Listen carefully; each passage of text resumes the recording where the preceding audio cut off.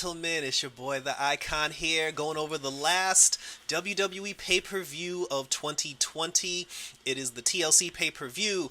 Got a lot of stuff, some stuff added at the last second, some cool stuff, a lot of good matches. We'll see if the stipulations of the TLC pay-per-view actually affects those matches, but like I said, it should be a good show because it has the talent to support all that. So let's get right into it and talk about the pre-show.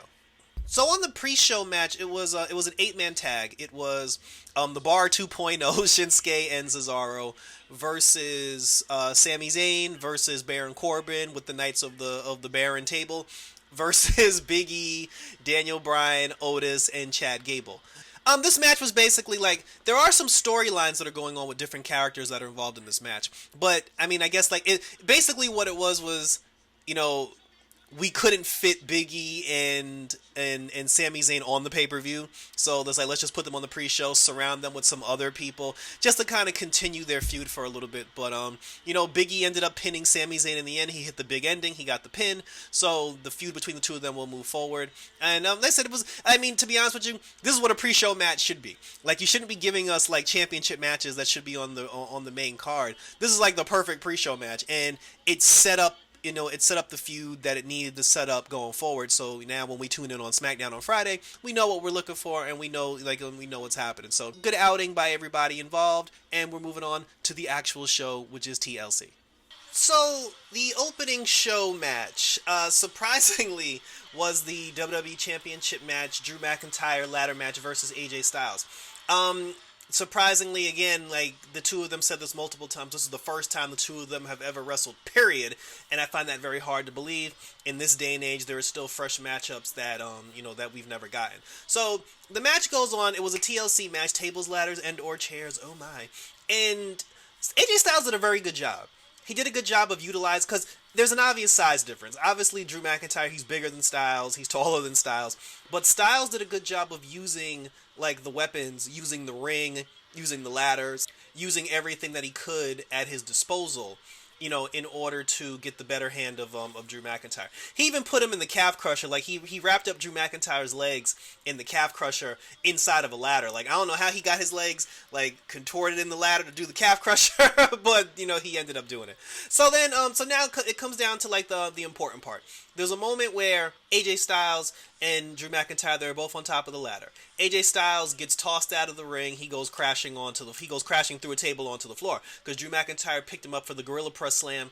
He Gorilla Press slammed Drew McIntyre Gorilla Press slammed AJ Styles into a table, and then he went to go climb the ladder.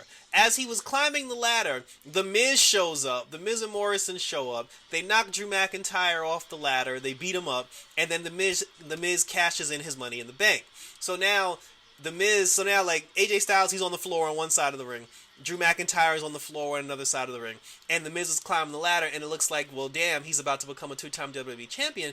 And just as he's climbing the ladder, the bodyguard almost gets in the ring. And this dude is so tall, he was basically the height of the ladder that The Miz was climbing.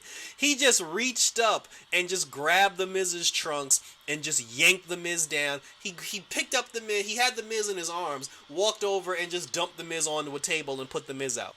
Then John Morrison tried to hit him in the back with a steel chair, and when John Morrison hit almost with the chair exploded, and then almost basically chased John Morrison out of the ring, which is how they got both of those guys out of the whole situation. So now it's a triple threat TLC ladder match for the WWE Championship. And then, there was the moment where there were two ladders next to each other.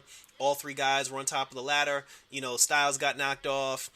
Drew and then Miz fought. Then Drew got knocked off. Styles came back. Him and Miz fought. It was like a back and forth. But in the end, when it came down to AJ Styles and the Miz on top of the ladder trying to go for the belt, Drew McIntyre pushed both of them. Well, he pushed AJ Styles. He pushed the ladder over. AJ Styles fell out of the ring, and then the Miz fell in the ring. But then he got Claymore kicked. And once Mac hit the Claymore, I was like, all right, so you basically gonna win this, and that's what happened. He climbed the ladder.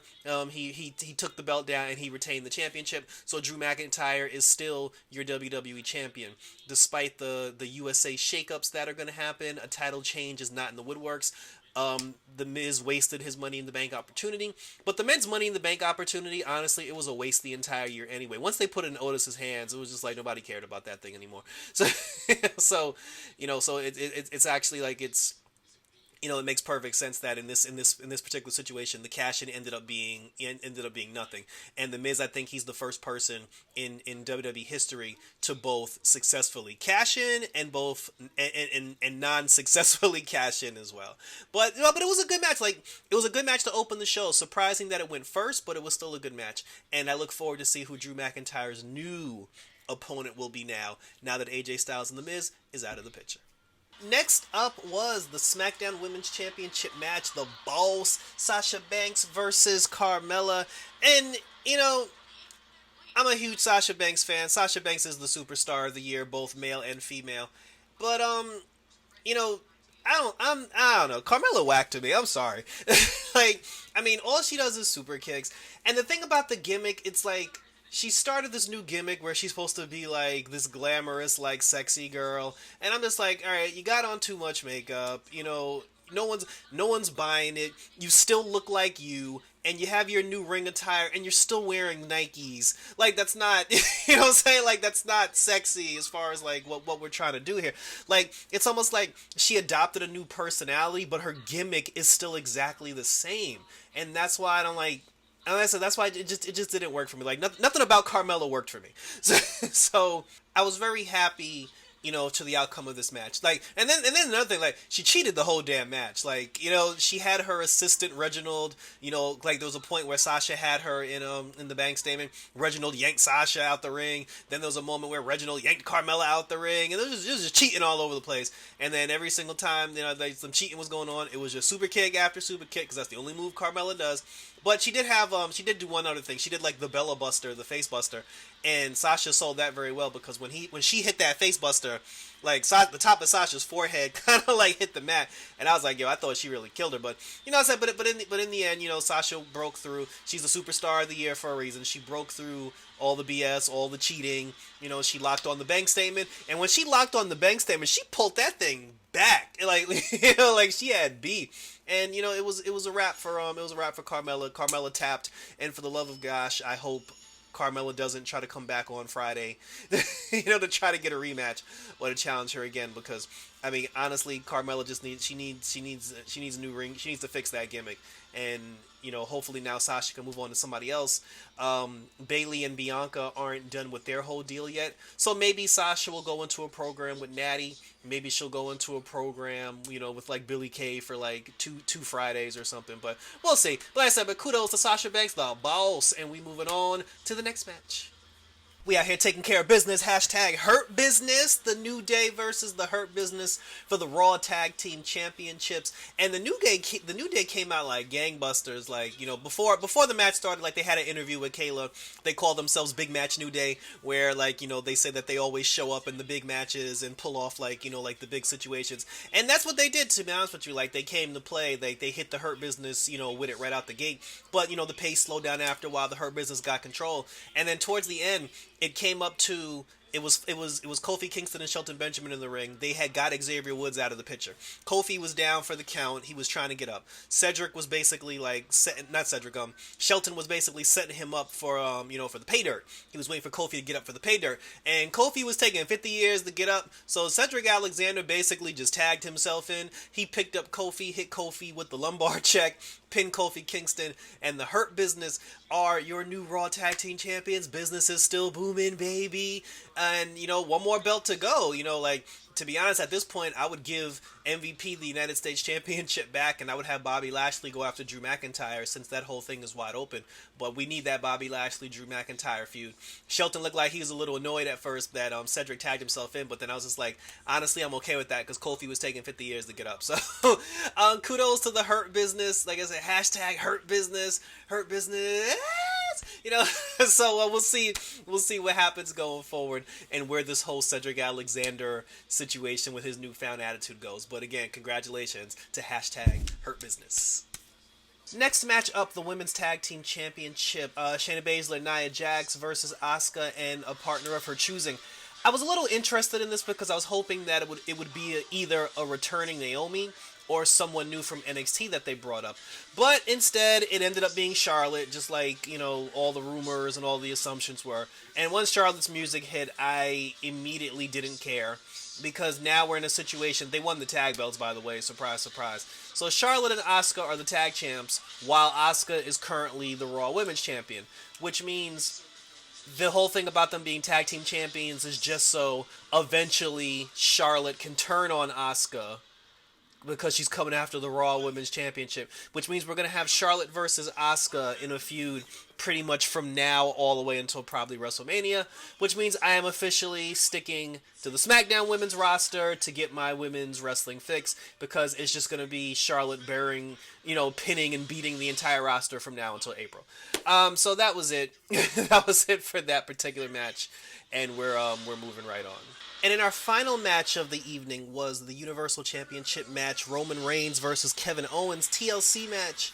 And this went pretty much how you thought it was going to go. Kevin Owens didn't even get an entrance. Like, after Roman gave the championship to the referee and the referee raised the belt up high, then Kevin Owens just came out of nowhere, out of the crowd, and started beating the living tar out of Roman Reigns. He beat up on Jimmy. Jimmy got involved. This was basically a 2-on-1 handicap TLC match. And, every time Owens took out Jay, and tried to climb the ladder, here came Roman. Every time he took out Roman, and then he tried to climb the ladder, here comes Jay, and it just was a lot of back and forth. Regardless if he did a pop-up powerbomb through a table on Roman Reigns, regardless if he hit him with a chair, regardless if Reigns got speared through the barricade, there was always some sort of interference. I thought Jimmy was going to show up. Jimmy didn't show up, which was surprising. And in the end, right before Kevin Owens was about to grab the title for the 5th time, Reigns comes out of nowhere with the low blow. Put the guillotine on him, and then Owens fell off the ladder. Reigns grabs the championship, and that was pretty much it. I don't think anybody expected Kevin Owens to win the belt here tonight anyway. And the fact that it was just like a 2-on-1 just was it just solidified the fact that this was going to be over pretty quickly. So, it's not really much I can say about that, but Kevin Owens does have a gripe. If Kevin Owens wanted to come back and re-challenge for the championship, he does have a legitimate argument because he was put in a 2-on-1 situation. So we'll see what happens on SmackDown, but Roman Reigns is still the head of the table and your tribal chief. I'm going to be 100% real with y'all. I forgot all about this firefight. When the Universal title match happened, I was saying to myself, wow, 9:15, this pay-per-view will be done pretty early today. And then they mentioned the fire match, and I was just like, oh yeah. And and part of me was just like, do we really care about I feel like they should have had this match at Hell in the Cell. But it was basically an Inferno match. That's what it was. It was an Inferno match. Both participants came out fully dressed. The Fiend had his jacket on the entire time. Orton had on pants and a hoodie. So that tells you right then and there what the situation is going to be. Like I said, it was basically a fight. There was fire all over the Thunderdome. A lot of things lit up on fire, which was actually pretty cool. And then, towards the end of the match, the Fiend had put the mandible claw onto Randy Orton. And then, while he had the claw in Orton's mouth, Orton basically grabbed him by the wrist, pushed him back up against the fire, and then his jacket caught fire, and Randy won the match, I guess, because he lit the Fiend on fire. I don't remember them making an official announcement who won the match, but basically Orton won the match. And then after that, he RKO'd him in the ring, and then he poured and then while the Fiend was laid out, he poured gasoline all over him, took a match, threw the match on him, lit the dude on fire. My guess is that actually was not Bray Wyatt in there at that point. It was probably a lifelike dummy who ended up getting burned alive, but it was a pretty cool visual. So Randy Orton wins this round. He wins the Inferno match, the Firefly Inferno match, and because he's the Fiend and the Fiend has mystical powers that cannot be destroyed, I'm pretty sure that the Fiend's gonna pop up on Raw, with some studio burns on him, telling Orton that the beef isn't over and you have to let me in. So so that was the main event of the pay-per-view, which was the Inferno match, which Randy Orton won. So that was it. That was TLC, WWE TLC 2020, final pay-per-view of the year for wrestling, which is pretty cool. Basketball starts on Tuesday. I got my Swamp Thing season series finale coming up on Tuesday as well. And then we're also going to review Wonder Woman 84. And then after Wonder Woman 84, that closes the door on this year of 2020 entertainment reviews, as it may be. I'm going to give TLC a 7. I love this. I love the Sasha Banks outcome. I love the Hurt Business outcome. I enjoyed a lot of the things on the show, but I gotta be honest, the predictability of the Roman Reigns Kevin Owens match kind of bothered me, and Charlotte just kind of flat out just ruined the show for me altogether. That plus the fact that the Firefly match wasn't that special either. So I mean, those three matches that kind of brought it down to me. So I'm gonna give the show a solid 7. But aside from the women's tag, you know, the Universal title match and the Firefly match, I actually liked everything else on the show. The show was a good show, but like I said, it's just those three things that bothered me. So like I said, solid 7 overall. And the road to WrestleMania officially starts next year with the Royal Rumble. So thank you for tuning in. Leave a comment, guys. Let me know what you think of this pay-per-view. Let me know what you think about the feuds going forward, going into the new year. Each individual match, let's break it down. Let's have a conversation. Like I said, the year's almost over, but we're not done yet. We still have a couple more. We still have a couple more reviews left to do until we close out this year of 2020. So again, hit the notification button, leave a comment, like, or subscribe. Check me out on social media. And for TLC, until next time, guys, take care. And I'm out this.